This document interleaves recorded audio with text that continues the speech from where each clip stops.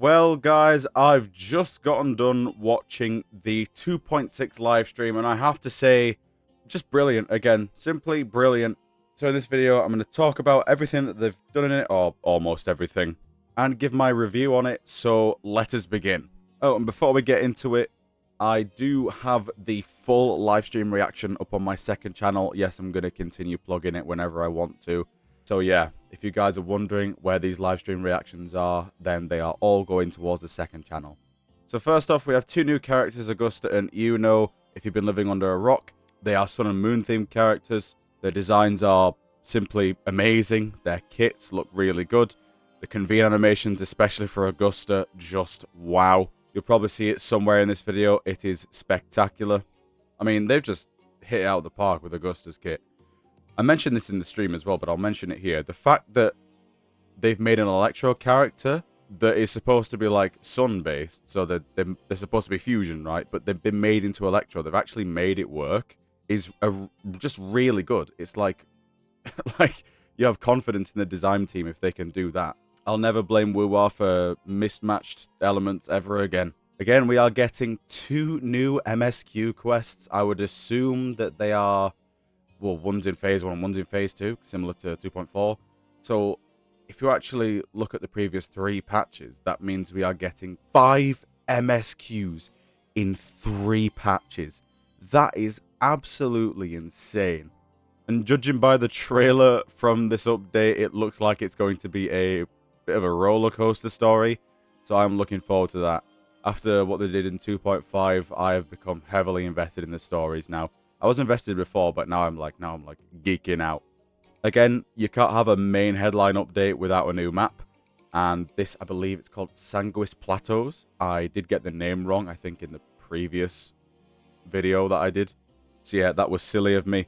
But yes, the new map looks absolutely amazing. Again, it's more like a rural Septimont, and it has a lot of different biomes in it, which I can really appreciate what Kuro does with that.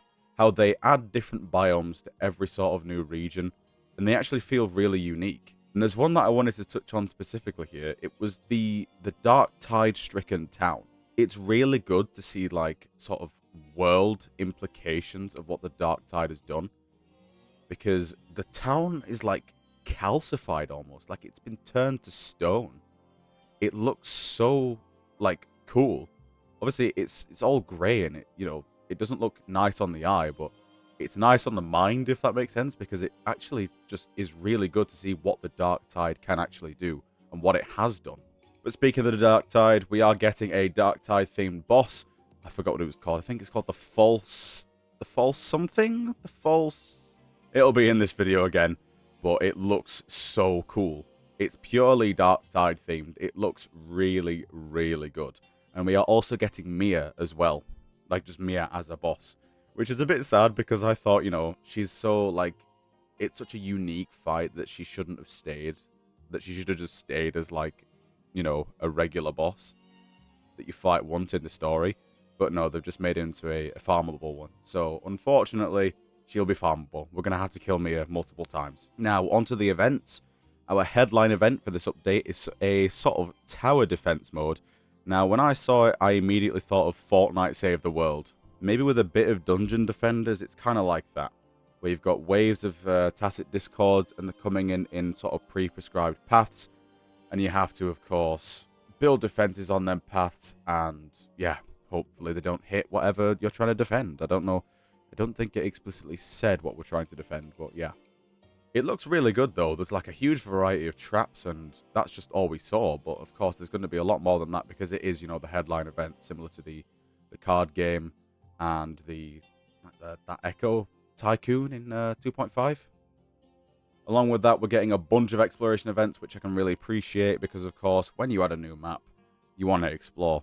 So this is going to reward you for exploring and looking at details. So that's really good. I think there's like 3 exploration events. One we always get, and I think the other 2 are probably similar to what we've gotten in the past, but still, I can appreciate that. On top of that, before we get to the quality of life stuff, we are getting 10 limited character pulls and 10 limited weapon pulls. Absolutely brilliant. I had a feeling they'd do this when 2.5 came out. I had a feeling they'd do it because usually when in these big updates, they usually give out a 10 pull or something, but they didn't have to do the weapon pull as well. So again, that's just a bit of an extra. Now, on to quality of life before we get into the juicy stuff at the end of the live stream. Quality of life, the two things I want to talk about, weapon gallery. Now, when me and my friend Theorycraft on, like, you know, whose weapon could maybe suit which character, stuff like that, we've been looking for weapons, but there's no gallery, so we don't know what weapons are which. We don't know, you know, we have to go to online sites and stuff that look at, like, wuwa weapon galleries. But now there is a weapon gallery in-game, so that is brilliant. It's such a small change, but it is very welcomed, by me at least. Another thing I wanted to talk about, which is actually something that I've been sort of championing for a little while now, and it is flight in old regions. We are getting flight in the Black Shores and in Huanglong. Now, I think it also means Mount Firmament as well, because why not, right? But it's revealed that the reason why it took so long is because they had to do some collision detection and, like, sort of map area tweaks, which is why it did take so long. But they also added a new sort of jump feature, so you don't have to, like, jump, then grapple and fly. You just have, like, a huge leap, and then you fly. Another really good quality of life change that will just make flight just better. However, there is the opposite of a silver lining to this, and it's that they mentioned that flight will no longer be added to newer regions of, you know, the game, which is interesting because it begs the question. Obviously, they're going to add new modes of, like, exploration, but are they going to be as good as flight? That is a question. But then you can also argue that because they're now getting rid of flight, they can do more varied maps. For example, you're not going to want to fly in a sort of, like, urban sort of city map.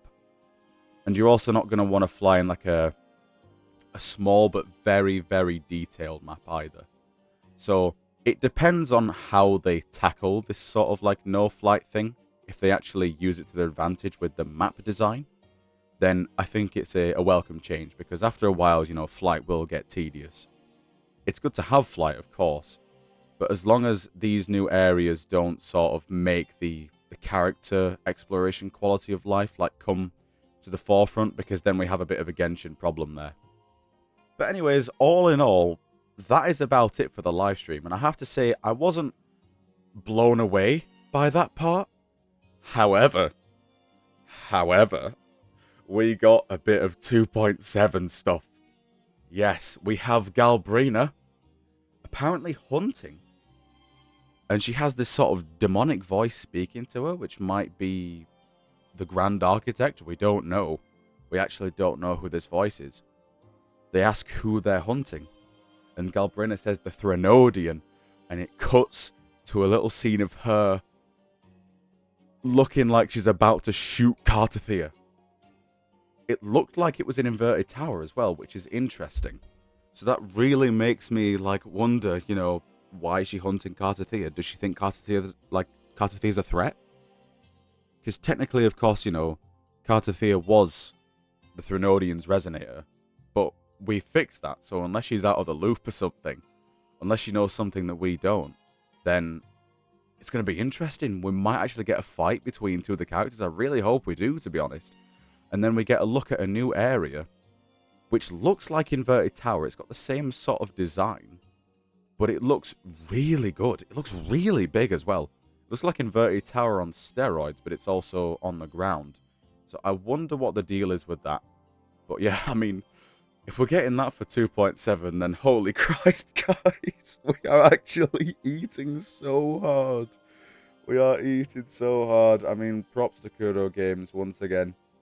And yeah, I'll give the live stream a solid 7 out of 10. Nah, I'm just kidding. I think I'll give it an 8.9, right? It's what you'd expect from, you know, like every other Kuro Games update. But they went above and beyond with the 2.7 part, which bumps it up from, like, maybe an 8.5 to an 8.9 or something. Maybe even like a 9. Just maybe a solid 9, actually. I'm going to change it. A solid 9. It just looks better. There's no point with me being pedantic about it. I'm just going to give it a flat and solid 9. And of course, that is just from what we know of this update. When it actually comes down to it, of course, you know, it'll probably be higher. But yes, let me know what you guys think about the live stream. Are you excited? Are you pulling for either of the characters? And I'll see you on the next video. Goodbye for now.